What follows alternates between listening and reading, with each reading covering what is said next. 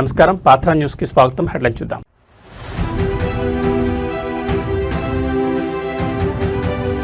Russia వేదికగా AP పారిశ్రామిక ఘర్షణ, అల్యూమినియం దిగ్గజం రుసాల్ సంస్థతో కీలక భేటీ.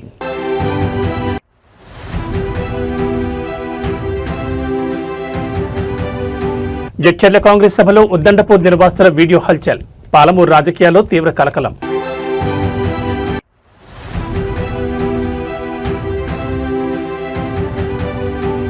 డామన్లో నమో హాస్పిటల్ ప్రారంభం, రిబన్ కట్ చేసి జాతికి అంకితం చేసిన ప్రధాని నరేంద్ర మోడీ.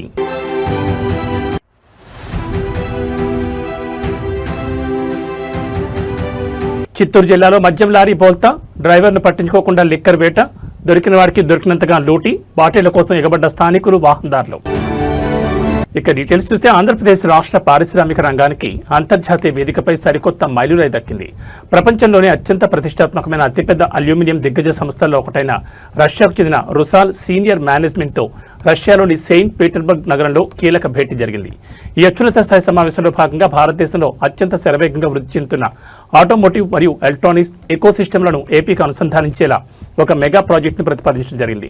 ప్రతిష్టాత్మకమైన విశాఖపట్నం చెన్నై పారిశ్రామిక కారిడార్లో హై వాల్యూ ఆటోమోటివ్ మరియు ఏరోస్పేస్ అలాయ్ ప్లాంట్ను ఏర్పాటు చేయాలని రుసాల్ యాజమాన్యానికి అధికారికంగా విజ్ఞప్తి చేశారు. అంతర్జాతీయ పెట్టుబడులను ఆకర్షించడమే లక్ష్యంగా సాగుతున్న ఈ చర్చలో రుసాల్ సంస్థ ప్రతినిధులకు ఆంధ్రప్రదేశ్లోని భౌగోళిక మరియు మౌలిక సదుపాయాల లభ్యతను అద్భుతంగా వివరించారు. ముఖ్యంగా విశాఖపట్నం చెన్నై ఇండస్ట్రియల్ కారిడార్లో అలాయ్ ప్లాంట్ను ఏర్పాటు చేయడం ద్వారా దేశీయంగా ఉన్న ఆటోమోటివ్ మరియు ఏరోస్పేస్ రంగానికి అవసరమైన అధునాతన లోహ మిశ్రమాలను నేరుగా సరఫరా చేసే వేలుంటుందని స్పష్టం చేశారు. భారతదేశ ఎలక్ట్రానిక్స్ తయారీ మార్కెట్లో ఏపీ ఇప్పటికే ముందంజలో ఉన్నందున రుసాల్ లాంటి అంతర్జాతీయ మైనింగ్ మరియు అల్యూమినియం జెయింట్ ఇక్కడ ప్లాంట్ ఏర్పాటు చేస్తే ఇది ఇరు పక్షాలకు అత్యంత లాభదాయకంగా మారుతుందని చర్చల్లో ప్రముఖంగా ప్రస్తావించారు. ఏపీ ప్రతిపాదనల పట్ల రుసాల్ సీనియర్ మేనేజ్మెంట్ సానుకూలంగా స్పందించినట్టు తెలుస్తోంది. రష్యా వేదికగా జరిగిన ఈ గ్లోబల్ బిజినెస్ మీట్ సక్సెస్ కావడం పట్ల ఏపీ పారిశ్రామిక వర్గాలు హర్షం వ్యక్తం చేస్తున్నాయి. ఈ మెగా ప్లాంట్ గనుక కార్యరూపం దాలిస్తే ఏపీ మెటలర్జీ, ఏరోస్పేస్ రంగాల్లో సరికొత్త రికార్డులు సృష్టించడం ఖాయంగా కనిపిస్తోంది.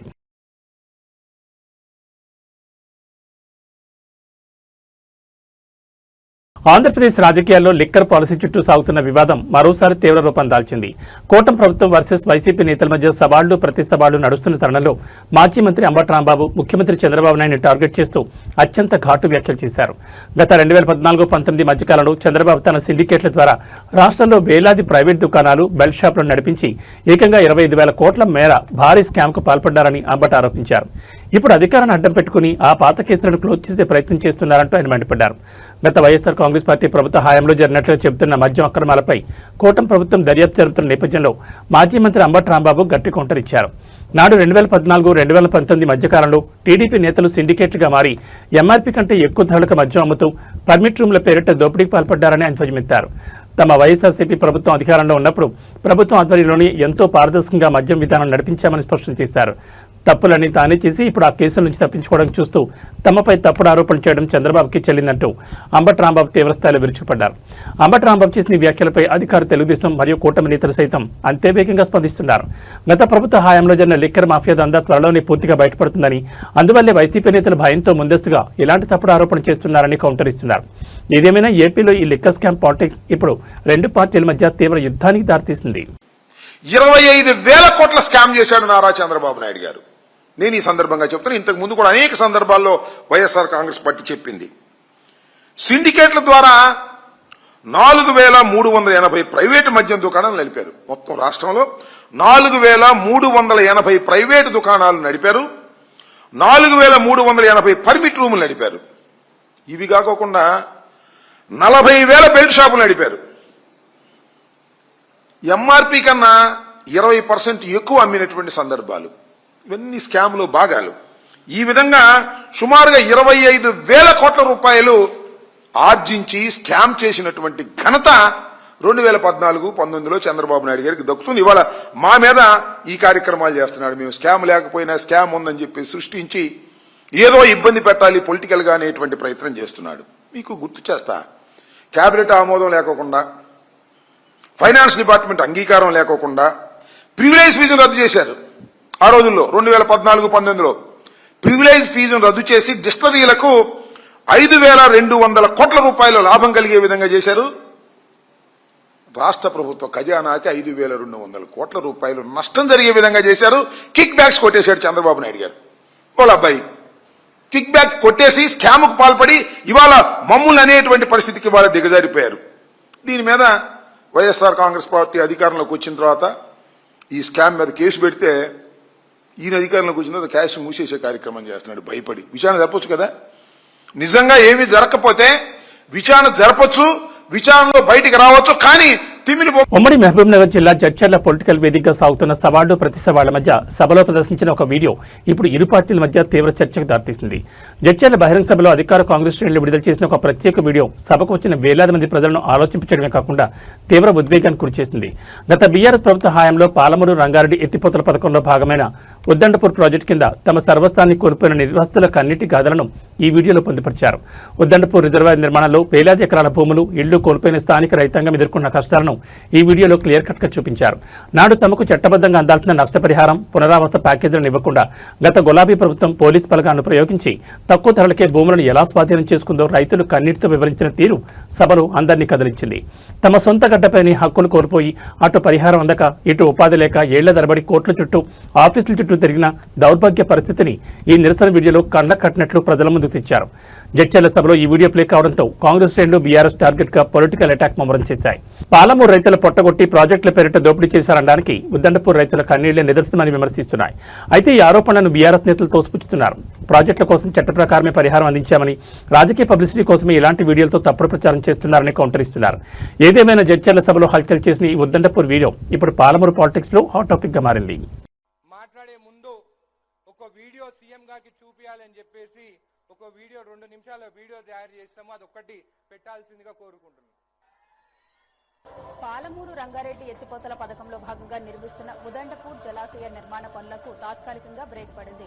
3 నెలల్లో ఇస్తామన్న పరిహారం 9 నెలలు గడిచినా ఇవ్వకపోగా అధికారులు చేపట్టిన సర్వే తప్పుల తడకగా మారడంతో నిర్వాసితులు ఆగ్రహం వ్యక్తం చేశారు. ఉదండపూర్ రిజర్వాయర్ పనులు అడ్డగింత, పరిహారం కోసం వల్లూరు గ్రామస్తులు ఆందోళన. భూములు సర్వే చేసి 3 ఏళ్లవుతున్నా నష్టపరిహారం, ఇండ్ల స్థలాలు చూపించడం లేదంటూ రాస్తారోకో చేశారు.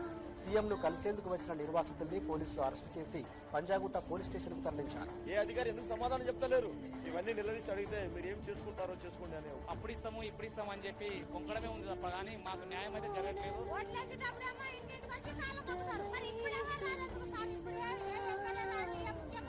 మేము ఎట్లాగా అయితే కానీ పిల్లల జలాలు చచ్చిపోతాం సార్, ఇంజన్ చేయరు జనం.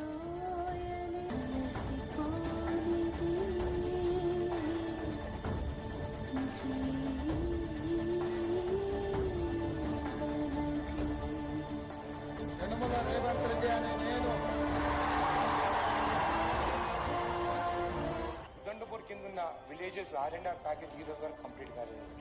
2022 అధ్యక్ష అవార్డ్ పాస్ అయినా కానీ కూడా వాళ్ళకి ఈ రోజుకి ప్లాట్ చేయలేదు, షిఫ్టింగ్ కాలేదు, ₹1 కూడా వాళ్ళకి చెందలేదు అధ్యక్ష. తప్పనిసరిగా ఈ శాసనసభ కాలంలో పాలమూరు రంగారెడ్డి పూర్తి చేసి 12 లక్షల ఎకరాలకి నీళ్లు ఇస్తామని చెప్పి నేను సభాముఖంగా మనం చేస్తున్నా. పాలమూరు రంగారెడ్డి లిఫ్ట్ ఇరిగేషన్ సంపూర్ణంగా ఈ 5 సంవత్సరాలు పూర్తి చేసి నీళ్లు అందిస్తున్నాయి. మా అందరి ముందు లక్ష్యం దాన్ని పూర్తి చేస్తాం. మా అనిరుద్ధ్ రెడ్డి అడిగితే ఈ రోజు అన్ని ప్రాజెక్టులకు సంబంధించి పాలమూరు రంగారెడ్డి ఎత్తిపోతల, Kalwakurthy project, Bhima project, Koilsagar project, Nettempadu project. Telangana రాజకీయం ఒక్కసారిగా ఉమ్మడి మహబూబ్ నగర్ జిల్లా వేదికగా వేడెక్కింది. ప్రత్యర్థి పార్టీ బీఆర్ఎస్ లక్ష్యంగా ముఖ్యమంత్రి రేవంత్ రెడ్డి చేసిన సంచలన వ్యాఖ్యలు ఇప్పుడు సోషల్ మీడియాలో పొలిటికల్ సర్కిల్స్ లో మారిమోగిపోతున్నాయి. తన సొంత గడ్డ అయిన పాలమూరు రీజియన్లో రాబోయే రోజుల్లో గులాబీ పార్టీకి స్థానం లేకుండా చేస్తానని ఆయన అత్యంత ఘాటుగా సవాల్ విసిరారు. పాలమూరులో ఒక బీఆర్ఎస్ ఎమ్మెల్యేను కూడా గెలవనివ్వను, జిల్లాలో ఆ పార్టీ జెండాది మరి కూలిపోవాలి అంటూ రేవంత్ రెడ్డి చేసిన ఓపెన్ స్టేట్మెంట్ ఇప్పుడు తెలంగాణ రాజకీయాల్లో పెను సంచలనంగా మారింది. ఉమ్మడి మహబూబ్నగర్ జిల్లా రాజకీయాలపై పట్టు సాధించేందుకు కాంగ్రెస్ బీఆర్ఎస్ పార్టీల మధ్య చాలా రోజులుగా పంతాలు పట్టింపులు నడుస్తున్నాయి. ఈ క్రమంలోని జిల్లాలో పర్యటించిన ముఖ్యమంత్రి రేవంత్ రెడ్డి గత ప్రభుత్వ వైఫల్యాన్ని ఎండగడుతూనే బీఆర్ఎస్ క్యాడర్ను తీవ్రస్థాయిలో హెచ్చరించారు. రాబోయే ఎన్నికల నాటికి పాలమూరు మట్టిలో గులాబీ జెండా కనిపించకుండా చేస్తామని, ఇక్కడ నియోజకవర్గాల్లో ఒక్క బీఆర్ఎస్ అభ్యర్థిని కూడా అసెంబ్లీ గేట్ తాకనివ్వనని ధీమా వ్యక్తం చేశారు.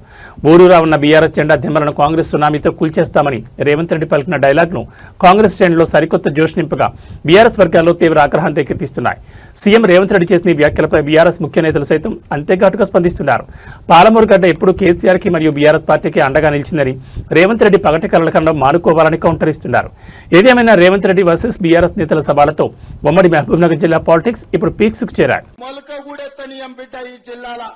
ఈ వేలాది మంది సాక్షిగా పాలమూరు బిడ్డగా చంద్రశేఖరరావు రాసి పెట్టుకొని డైరీలో పాలమూరు జిల్లాలని జెండాను ఎగరనీయం, గద్దెలు దిగాలే, దిమ్మెలు గూలాలే, ఈ పాలమూరు గడ్డ మీద నీ గుర్తు అనేది ఇక మర్చిపో, నీ గుర్తు నీ ఎమ్మెల్యే అనేది గతమే, భవిష్యత్తులో ఒక్కరిని కూడా గెలవని అని. ఇవాళ ఈ బిడ్డలకు అన్ని కష్టాలు తీరవడానికి ఈ వేదిక మీద ఉన్న మేమందరం ఉన్నాం. దేశవ్యాప్తంగా మౌలిక వసతుల కల్పనతో పాటు పేద మధ్యతరగతి ప్రజలకు నాణ్యమైన వైద్యాన్ని అందుబాటులోకి తెచ్చే క్రతువులో కేంద్ర ప్రభుత్వం మరో కీలక అడుగు వేసింది. కేంద్ర పాలిత ప్రాంతమైన డామన్లో అత్యాధునిక మౌలిక వసతులతో నిర్మించిన సరికొత్త జిల్లా ఆసుపత్రి నమో హాస్పిటల్ను ప్రధాని నరేంద్ర మోడీ ఈ రోజు రిబ్బన్ కట్ చేసి అధికారికంగా ప్రారంభించారు.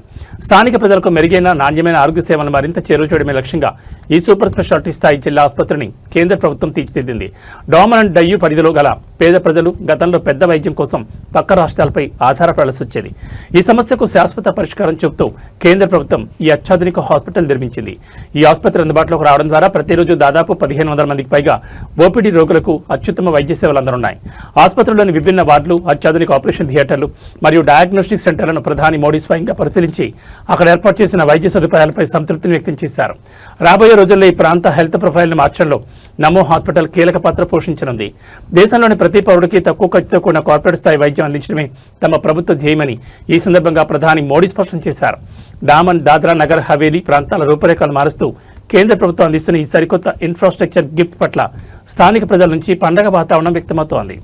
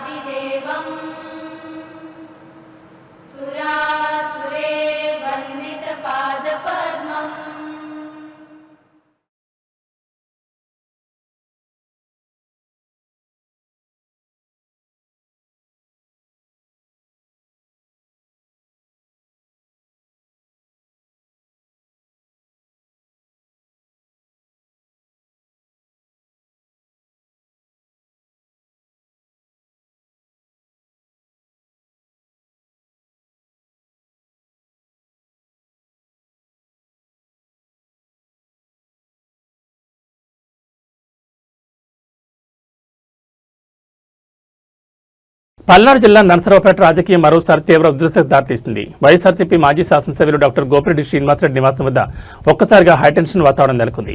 పల్నాడు అభివృద్ధి, గత పాలకుల అవినీతిపై కోటప్పకొండ సాక్షిగా బహిరంగ చర్చకు రావాలంటూ ఇరు పార్టీల నేతలు విసురుకున్న పొలిటికల్ సవాళ్లే ఈ ఉద్రిక్తతకు ప్రధాన కారణంగా కనిపిస్తోంది. శాంతి భద్రతలకు విఘాతం కలగకుండా పోలీసులు మాజీ ఎమ్మెల్యే గోపిరెడ్డి నివాస పరిసర ప్రాంతాలను తమ అధీనంలోకి తీసుకున్నారు. గత కొన్ని రోజులుగా నరసరావుపేట నియోజకవర్గ పరిధిలో అధికార కూటమి మరియు ప్రతిపక్ష వైఎస్ఆర్సీపీ నేతల మధ్య తీవ్రస్థాయిలో ఆరోపణలు సాగుతున్నాయి. ఈ నేపథ్యంలోనే కోటప్పకొండ క్షేత్రం వద్ద ముఖాముఖి చర్చకు రావాలంటూ నేతలు ఒకరికొకరు అల్టిమేటం జారీ చేసుకున్నారు. పల్నాడు జిల్లాలో ఫ్యాక్షన్ గొడవలు రీత్యా పాత చరిత్రను దృష్టిలో ఉంచుకుని ఈ సవాల్ ఎటుదారి తీస్తుందోనని ఇరు వర్గాల క్యాడర్ భారీగా తరలివచ్చేందుకు సిద్ధమైంది. దీంతో అలర్టైన పోలీసు యంత్రాంగం పరిస్థితులను పూర్తిగా అదుపులోకి తెచ్చేందుకు మాజీ ఎమ్మెల్యే గోపిరెడ్డి శ్రీనివాసరెడ్డి నివాసం వద్ద అదనపు బలగాలు మోహరించింది.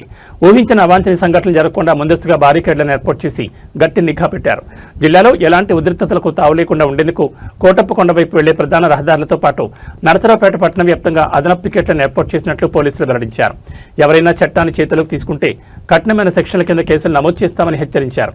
ఏదేమైనా ఈ సవాళ్ల పర్వం నరసరావుపేటలో ఏ క్షణాన ఏం జరుగుతుందోనన్న తీవ్ర ఉత్కంఠ రేపుతోంది.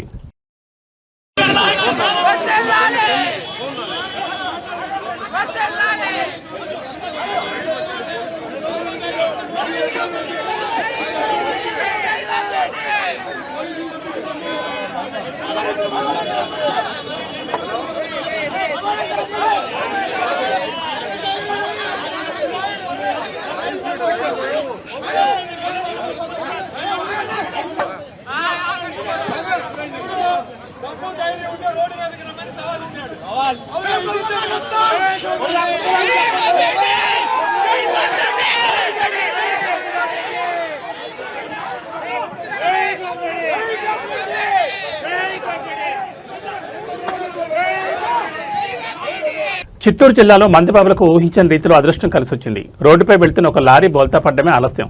అక్కడ పారిన మద్యం ఏరులే పారింది. వివరాల్లోకి వెళ్తే చిత్తూరు జిల్లా బసిరెడ్డిపల్లి సమీపంలో మద్యం లోడుతో వేగంగా వెళ్తున్న ఒక లారీ అదుపు తప్పి రోడ్డు పక్కన బోల్తా పడింది. లారీ బోల్తా పడ్డంతో అందులోని వందలాది మద్యం సీసాలని ఒక్కసారిగా రోడ్డుపై చెల్లాచెదురుగా పడ్డాయి. ఇక అంతే, ఆ రూట్లో వెళ్తున్న వాహనదారులు, స్థానిక గ్రామస్తులు తమ పని పాటలు పక్కన పెట్టి మద్యం బాట్లను ఎత్తుకెళ్లడానికి పెద్ద ఎత్తున ఎగబడ్డారు. లారీ బోల్తా పడిన విషయాన్ని గమనించిన మందిబాబులు అక్కడ క్షణాల్లో క్యూ కట్టారు. ప్రమాదంలో డ్రైవర్కి ఏమైందన్న విషయాన్ని కనీసం పట్టించుకోకుండా రోడ్డుపై పడి ఉన్న బ్రాండెడ్ మద్యం బాటిళ్ల వేటలో పడ్డారు. దొరికిన కాడికి దొరికినంత అన్నట్లుగా కొందరు ఏకంగా బాక్సుల కొద్ది లిక్కర్ను బైకులపై వేసుకుని పారిపోగా, మరికొందరు తమ లుంగీలు, టవళ్లను మూటలుగా మార్చి సీసాలు దోచుకెళ్లారు. ఈ హడావుడిలో పురుషులతో పాటు మహిళలు సైతం మద్యం సీసాల కోసం ఎగబడ్డం అక్కడున్న కెమెరాలో రికార్డ్ అయింది. చూస్తుండగానే నిమిషాల వ్యవధిలో లారీలోని సగానికి పైగా మద్యం స్టాక్ మాయమైపోయింది. రోడ్డుపై ట్రాఫిక్ జామ్ కావడం, మద్యం లూటీ జరుగుతుండటంతో సమాచారం అందుకున్న పోలీసులు తక్షణమే రంగప్రవేశం చేశారు. లాఠీలతో ఘటనా స్థలానికి చేరుకున్న పోలీసులు మద్యం బాటిళ్ల కోసం ఎగబడ్డ జనాన్ని చెల్లాచెదురుగా తరిమికొట్టారు. పోలీసులు వచ్చేసరికి అప్పటికే మెజార్టీ స్టాక్ మాయమవగా మిగిలిన కొన్ని సీసాలను అధికారులు భద్రపరిచి స్టేషన్కి తరలించారు. ఏదేమైనా చిత్తూరు జిల్లాలో జరిగిన ఈ వింత మద్యం దోపిడీ వీడియోలు ప్రస్తుతం సోషల్ మీడియాలో తెగ ట్రెండ్ అవుతున్నాయి.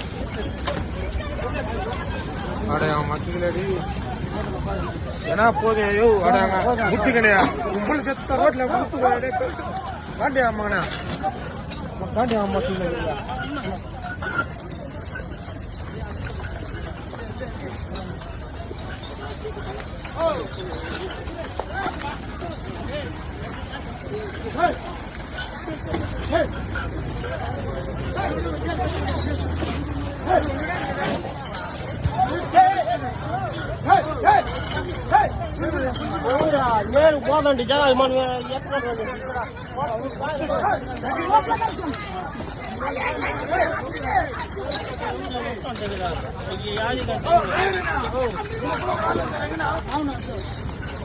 பண்ண முடியும்ண்ணா ஒத்தனா இவ்வளோ நான் வரத 6 மணி நேரம் கண்ட்ரோல் பண்ணனா நான் என்ன பண்றது சொல்லு யாரும் அவன் வரலையே அவனை கம்ப்ளைண்ட் பண்ண வரமாட்டானுங்க நான் தேவையில்லாம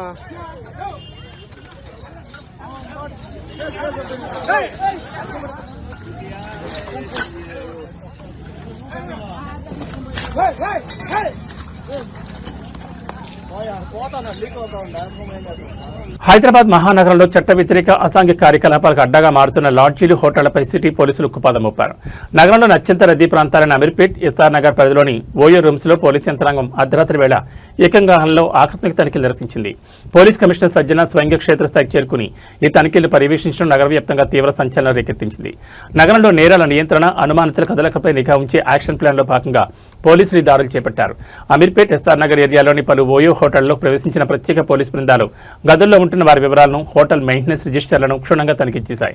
కమిషనర్ సజ్జన స్వయంగా హోటల్ లాబీల్లో సీసీటీవీ కెమెరాల పనితీరును మరియు గత కొన్ని రోజుల రికార్డింగ్ ఫుటేజ్లను పరిశీలించారు.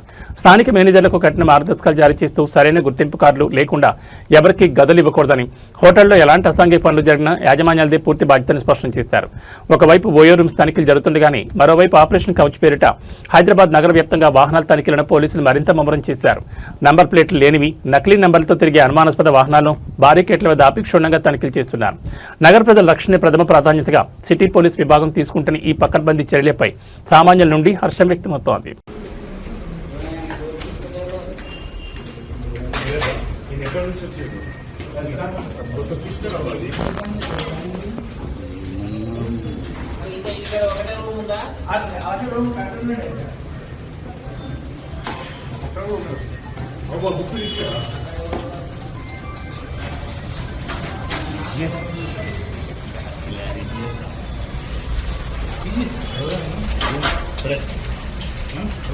मालूम है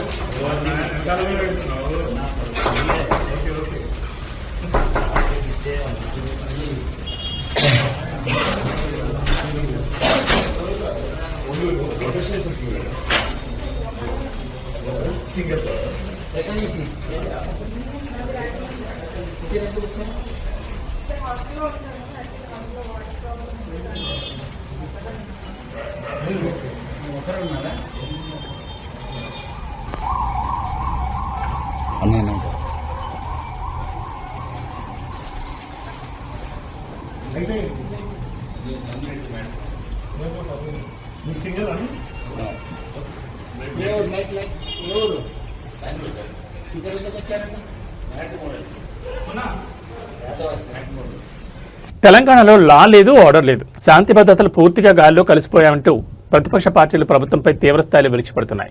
ముఖ్యమంత్రి రేవంత్ రెడ్డి హోంశాఖ మంత్రిగా బాధ్యతలు చేపట్టిన తర్వాత రాజధాని హైదరాబాద్లో నేరాలు, దారుణ హత్యల సంఖ్య రోజురోజుకు పెరిగిపోతుందని ఆందోళన వ్యక్తమవుతోంది.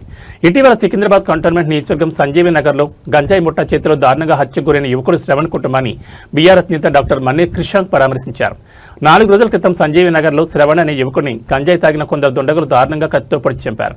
అయితే ప్రమాదం ముందే పొంచి ఉందని గ్రహించిన కుటుంబ సభ్యులు ఘటన జరిగిన రాత్రి 11:28 డయల్ 100కు ఫోన్ చేసినా పోలీసులు రావడానికి ఏకంగా 40 నిమిషాల సమయం పట్టిందని బాధితులు కన్నీరు మున్నీరవుతున్నారు. నిందితులంతా పాత నేరస్తులైనప్పటికీ సివిల్ పోలీసులకు వారిపై ఎలాంటి నిఘా లేకపోవడం గమనార్హం. పైగా హత్య కొద్ది రోజుల ముందే ఎక్సైజ్ పోలీసులు నిందితుల ఇళ్లలో సోదాలు చేసి గంజాయి సీజ్ చేసిన ఆ సమాచారం స్థానిక పోలీసులకు తెలియకపోవడం గమనార్హం. 100 కోట్లతో నిర్మించిన కమాండ్ కంట్రోల్ సెంటర్ ఉన్నప్పటికీ ఎక్సైజ్, సివిల్ పోలీసుల మధ్య సమన్వయ లోపం ఈ ఘోరానికి కారణమైందంటూ బీఆర్ఎస్ నేతలు తీవ్రంగా మండిపడుతున్నారు. నగరంలో నేరాల పరంపర ఇంతటితో ఆగలేదు. ఇటీవల డీజీపీ ఆఫీసుకు కేవలం కిలోమీటర్ దూరంలో ఉన్న మాసబ్ ట్యాంక్ పరిధిలో సీనియర్ హైకోర్టు అడ్వకేట్ ఖాజా మొయిజుద్దీన్ను ల్యాండ్ వివాదాల నేపథ్యంలో ఎస్యూవీ కారుతో దారుణంగా గుద్ది చంపడం కలకలం రేపింది. అటు కరీంనగర్లోని పీఎంజీ జ్యువెలరీ షాప్లోకి దుండగులు తుపాకులతో ప్రవేశించి కాల్పులు జరిపి మరీ దోచుకెళ్లిన ఘటన రాష్ట్ర వ్యాప్తంగా సంచలనం సృష్టించింది. గత కేసీఆర్ ప్రభుత్వ హయాంలో 10 నుంచి 12 లక్షల సీసీటీవీ కెమెరాలు, పెట్రోలింగ్ వాహనాలు, షీ టీమ్స్తో శాంతి భద్రతలను కంటికి రేపలా కాపాడితే నేడు గంజాయి, డ్రగ్స్ ముఠాల భయంతో కాలనీ వాసులే సొంతంగా సీసీ కెమెరాలు పెట్టుకోవాల్సిన దౌర్భాగ్య పరిస్థితి వచ్చిందని విమర్శలు వెలువెత్తుతున్నాయి. ఈరోజు సంజీవయ్య నగర్లో గత 5 రోజుల క్రితం దారుణ హత్యకు గురైన శ్రావణ్ అనే యువకుడి కుటుంబాన్ని పరామర్శించడం కోసం నేను, సికింద్రాబాద్ ఇన్ఛార్జ్ అనే కిషన్ గారు, మిగతా సీనియర్ నాయకులందరూ కూడా ఇక్కడ రావడం జరిగింది. చాలా బాధగా ఉంది. మరి హైదరాబాద్ నగరం నడిబొడ్డున ఇంత ఘోరమైన దుర్మార్గం జరగడం, అది రాత్రి 11:30 వీళ్ళు మృతుడు ఎవరైతే ఉన్నారో మృతుడు ఇంటి ఎదురుగానే ఉండే వ్యక్తి, అదేవిధంగా నేర చరిత్ర ఉన్న వ్యక్తి, అందుకొరకు నేను ఈ మాట చెప్తున్నాను. అదేవిధంగా ఆ మృతుడి ఎవరైతే దోస్తులు ఉన్నారో వాళ్ళు కూడా నేర చరిత్ర ఉన్న వ్యక్తులే. ఒకతను దాదాపుగా 3-4 కేసుల్లో జైలుకు పోయించిన వ్యక్తి. ప్రధాన నిందితుడు ఎవరైతే ఉన్నారో నిఖిల్ అనే వ్యక్తి, అతను కూడా అటెంప్ట్ మర్డర్ కేసులో జైలుకు పోయించిన వ్యక్తి. లేకపోతే గంజాయి తాగే వాళ్ళను పట్టుకొని వాళ్ళకు కౌన్సిలింగ్ ఇచ్చిన విషయము స్థానిక మారేడుపల్లి పోలీసులకు తెలియదు. చూడండి విచిత్రం. అంటే రాష్ట్రంలో ఉండే 2 ఎన్ఫోర్స్మెంట్ డిపార్ట్మెంట్స్ ఏవైతే ఉన్నాయో, ఎక్సైజ్ పోలీసు మరియు law and order police, civil police, ఈ రెండింటి మధ్యలో కూడా స్పష్టంగా కోఆర్డినేషన్ లేదు. ఎక్సైజ్ పోలీసు వాళ్ళు వచ్చి ఈ ఇతని నిందితుడిని తీసుకొని పోయి ఎగ్జామిన్ చేస్తారు. ఎగ్జామిన్ చేసిన తర్వాత వదిలేస్తారు. కాలం నెంబర్ 9, కాలం నెంబర్ 15లో చాలా క్లియర్గా రాసిండ్రు. అమ్మాయిలు బయట వాక్ చేస్తుండగా మరి వీళ్ళందరికీ గొడవ అయింది, అమ్మాయిలను ఇష్టం వచ్చినట్టు కూడా అసభ్యంగా ప్రవర్తించినందు వల్లనే ఈ గొడవ స్టార్ట్ అయింది అనేది చాలా క్లియర్గా అందులో రాసిండ్రు. మరి పోలీసు వాళ్ళు ఏం చేస్తున్నారు, అది మొదటిది. ఇక తర్వాత విషయం ఏంటయ్యా అంటే 11:28 బాధితుడి కుటుంబం అంటే మృతుడి కుటుంబంలో ఒకరు డయల్ 100 కాల్ చేస్తారు. అయ్యా డీజీపీ గారు దయచేసి వినాలి మీరు మాట. మర్డర్ అయిన తర్వాత మర్డర్ అయిన 15 నిమిషాలకు పోలీసు వాళ్ళు వస్తారు. మరి 11:28 అయితే మృతుడు 12:10 చనిపోతాడు. 12:30 ఎంతకో 15 నిమిషాలకు 20 నిమిషాలకు పోలీసు వాళ్ళు వస్తారు. అంటే నేరం జరిగిన తర్వాత 15 నిమిషాలకు అక్కడ పోతారు పోలీసు వాళ్ళు, సంఘటన స్థలానికి వస్తారు. 11 గంటల 28 నిమిషాలకు డయల్ 100కు కాల్ పోతే 12 గంటల 20 నిమిషాలకు పోలీసు వాళ్ళు వస్తే మరి ఈ మధ్యలో ఏం జరిగింది చూడండి. విచిత్రం అంటే రాష్ట్రంలో ఉండే 2 ఎన్ఫోర్స్మెంట్ డిపార్ట్మెంట్స్ ఏవైతే ఉన్నాయో, ఎక్సైజ్ పోలీసు మరియు law and order police, civil police, ఈ రెండింటి మధ్యలో కూడా స్పష్టంగా కోఆర్డినేషన్ లేదు. ఎక్సైజ్ పోలీసు వాళ్ళు వచ్చి ఈ ఇతని నిందితుడిని తీసుకొని పోతారు, తీసుకొని పోయి ఎగ్జామిన్ చేస్తారు, ఎగ్జామిన్ చేసిన తర్వాత వదిలేస్తారు. వాళ్ళు ఎందుకు వదిలేసిండ్రు అనేది ఎక్సైజ్ పోలీసు వాళ్ళు చెప్పాలి. అసలు ఈ ఇబ్బంది పెడతా ఉన్నారు, తర్వాత అమ్మాయిలను ఇబ్బంది పెడుతున్నారు. నేను పోలీసులు రాసిన నేరస్థల పంచనామా కూడా నేను చదివాను. సో కాలం నెంబర్ 9, కాలం నెంబర్ 15లో చాలా క్లియర్గా రాసిండ్రు. అమ్మాయిలు బయట వాక్ చేస్తుండగా మరి వీళ్ళందరికీ గొడవ అయింది, అమ్మాయిలను ఇష్టం వచ్చినట్టు కూడా అసభ్యంగా ప్రవర్తించినందు వల్లనే ఈ గొడవ స్టార్ట్ అయింది అనేది చాలా క్లియర్గా అందులో రాసిండ్రు. మరి పోలీసు వాళ్ళు ఏం చేస్తున్నట్టు అది మొదటిది. ఇక తర్వాత విషయం ఏంటయ్యా అంటే 11 గంటల 28 నిమిషాలకు మర్డర్ అవుతుంది. మర్డర్ అయిన తర్వాత మర్డర్ అయిన 15 నిమిషాలకు పోలీసు వాళ్ళు వస్తారు. మరి 11:28కి అయితే మృతుడు 12 గంటల 10 నిమిషాలకు చనిపోతాడు. 12 గంటల 30 నిమిషాలకు ఎంతకు 15 నిమిషాలకు 20 నిమిషాలకు పోలీసు వాళ్ళు వస్తారు. అంటే నేరం జరిగిన తర్వాత 15 నిమిషాలకు అక్కడ పోతారు పోలీసు వాళ్ళు, సంఘటన స్థలానికి వస్తారు. 11 గంటల 28 నిమిషాలకు డయల్ 100కు కాల్ పోతే 12 గంటల 20 నిమిషాలకు పోలీసు వాళ్ళు వస్తే మరి ఈ మధ్యలో ఏం జరిగింది? మన రాష్ట్ర పోలీసులు చేయలేని పనిని మహారాష్ట్ర పోలీసులు వచ్చి ఇక్కడ మరి పెద్ద ఎత్తున ఆపరేషన్లు నెలల తరబడి ఇక్కడ మాటు వేసి నేరస్తులను పట్టుకొని పోతా ఉన్నారు. మరి మన రాష్ట్ర పోలీసులు ఏం చేస్తున్నట్టు? ఎందుకు ఇంత ఎక్సైజ్ పోలీసులు ఏం చేస్తున్నట్టు? లా అండ్ ఆర్డర్ పోలీసుల పెట్రోలింగ్ ఎక్కడ ఉన్నది? రాత్రి 12 గంటలకు మహిళలు కూడా ఈ బస్తీలలో నడవలేని పరిస్థితి. గంజాయి ఓపెన్గా తాగుతున్నారని చెప్పి బస్తీవాసులే సీసీటీవీ కెమెరాలు పెట్టుకున్న పరిస్థితి. మరి పెట్రోలింగ్ వాహనాలు ఎక్కడ పోయినాయి? బ్లూ కోల్డ్స్ ఎక్కడ పోయినాయి? లేకపోతే మీ మైత్రి పోలీసులు ఎక్కడ పోయినరు? పోలీస్ ఫ్రెండ్స్ ఎక్కడ పోయినరు? అని పోయిన ప్రాణం తీసుకురాలేరు. రేవంత్ రెడ్డి గారికి ఈ విషయాల మీద ఏమాత్రం శ్రద్ధ లేదు. ఉన్న పోలీస్ ఫోర్స్ అంతా కూడా బీఆర్ఎస్ నాయకుల మీద విపరీతంగా కేసులు పెట్టడానికే వాడుతూ ఉన్నారు. ఇక్కడే ఉన్న సికింద్రాబాద్ ఇన్ఛార్జ్ డాక్టర్ మన్నె క్రిషాంక్ గారికి దాదాపు 35 కేసులు పెట్టిండ్రు. ఆయన మొన్న 12-15 రోజులు జైల్లో పెట్టిండ్రు.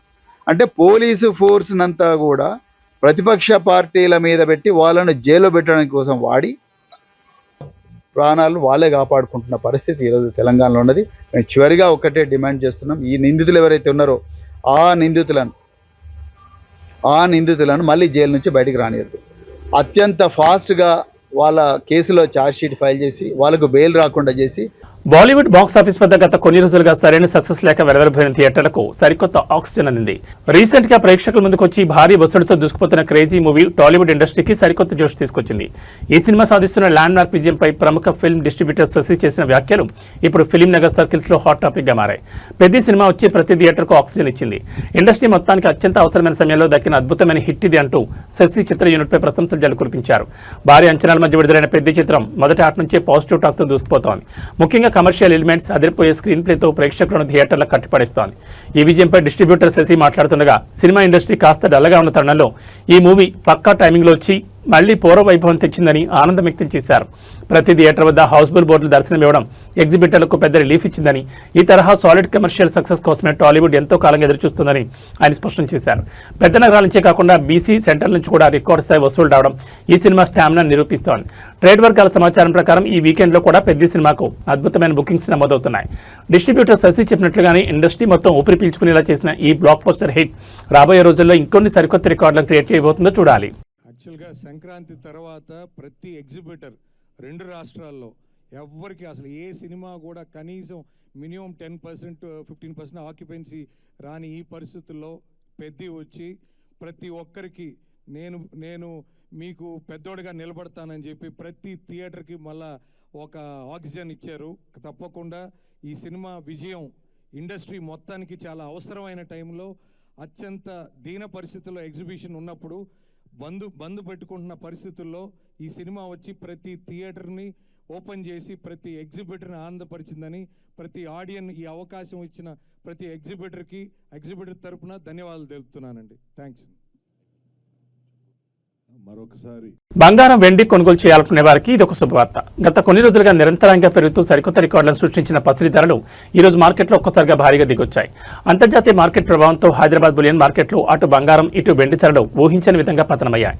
తులం బంగారం ధరపై వేలంలో కోత పడగా వెండి కూడా భారీగా వెనక్కి తగ్గింది. హైదరాబాద్ బులియన్ మార్కెట్లో ఈ రోజు 24 క్యారెట్ల 10 గ్రాముల స్వచ్ఛమైన బంగారం ధర ఏకంగా 3,000 రూపాయలు తగ్గి 1,52,730 రూపాయల వద్ద ట్రేడ్ అవుతోంది. అదేవిధంగా ఆభరణాల తయారీకి ఉపయోగించే 22 క్యారెట్ల 10 గ్రాముల పసిడి ధర కూడా 2,750 రూపాయలు పతనమై ఒకేసారి 1,40,000 రూపాయల మార్కు చేరుకుంది. అటు బంగారం బాటలోనే వెండి కూడా భారీగా పతనమైంది. పరిశ్రమల డిమాండ్ తగ్గడంతో కిలో వెండి ధర ఏకంగా 10,000 రూపాయలు క్షీణించి 2,65,000 రూపాయల వద్ద కొనసాగుతోంది. కాగా తెలుగు రాష్ట్రాల్లోని వివిధ ప్రధాన నగరాల్లో స్థానిక పన్నులు, రవాణా ఖర్చులను బట్టి ఈ ధరల్లో స్వల్ప మార్పులు ఉండే అవకాశం ఉందని బులియన్ మార్కెట్ నిపుణులు చెబుతున్నారు. పెళ్లిళ్ల సీజన్ నడుస్తున్న తరుణంలో బంగారం వెండి ధరలు ఈ స్థాయిలో తగ్గడం మధ్యతరగతి కొనుగోలుదారులకు పెద్ద రిలీఫ్ ఇచ్చిందని చెప్పాలి. అయితే అంతర్జాతీయ పరిణామాలు, డాలర్ హెచ్చుతగ్గుల నేపథ్యంలో రాబోయే రోజుల్లో ఈ ధరలు మరికొంత తగ్గుతాయా లేదా మళ్లీ పుంజుకుంటాయా అనేది ఆసక్తికరంగా మారింది.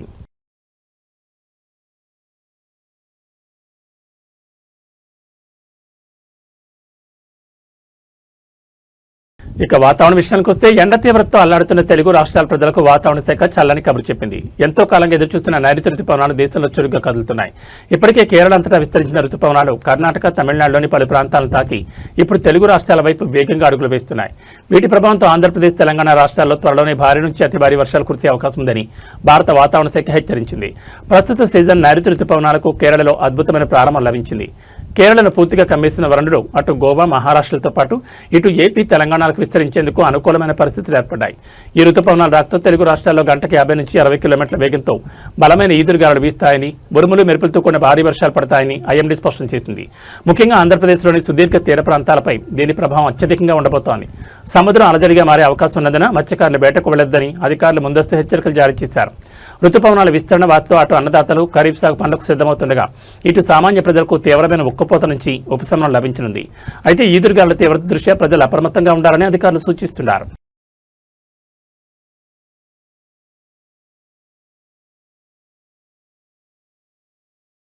ఈ బులెటిన్ విశేషాలు. నమస్కారం.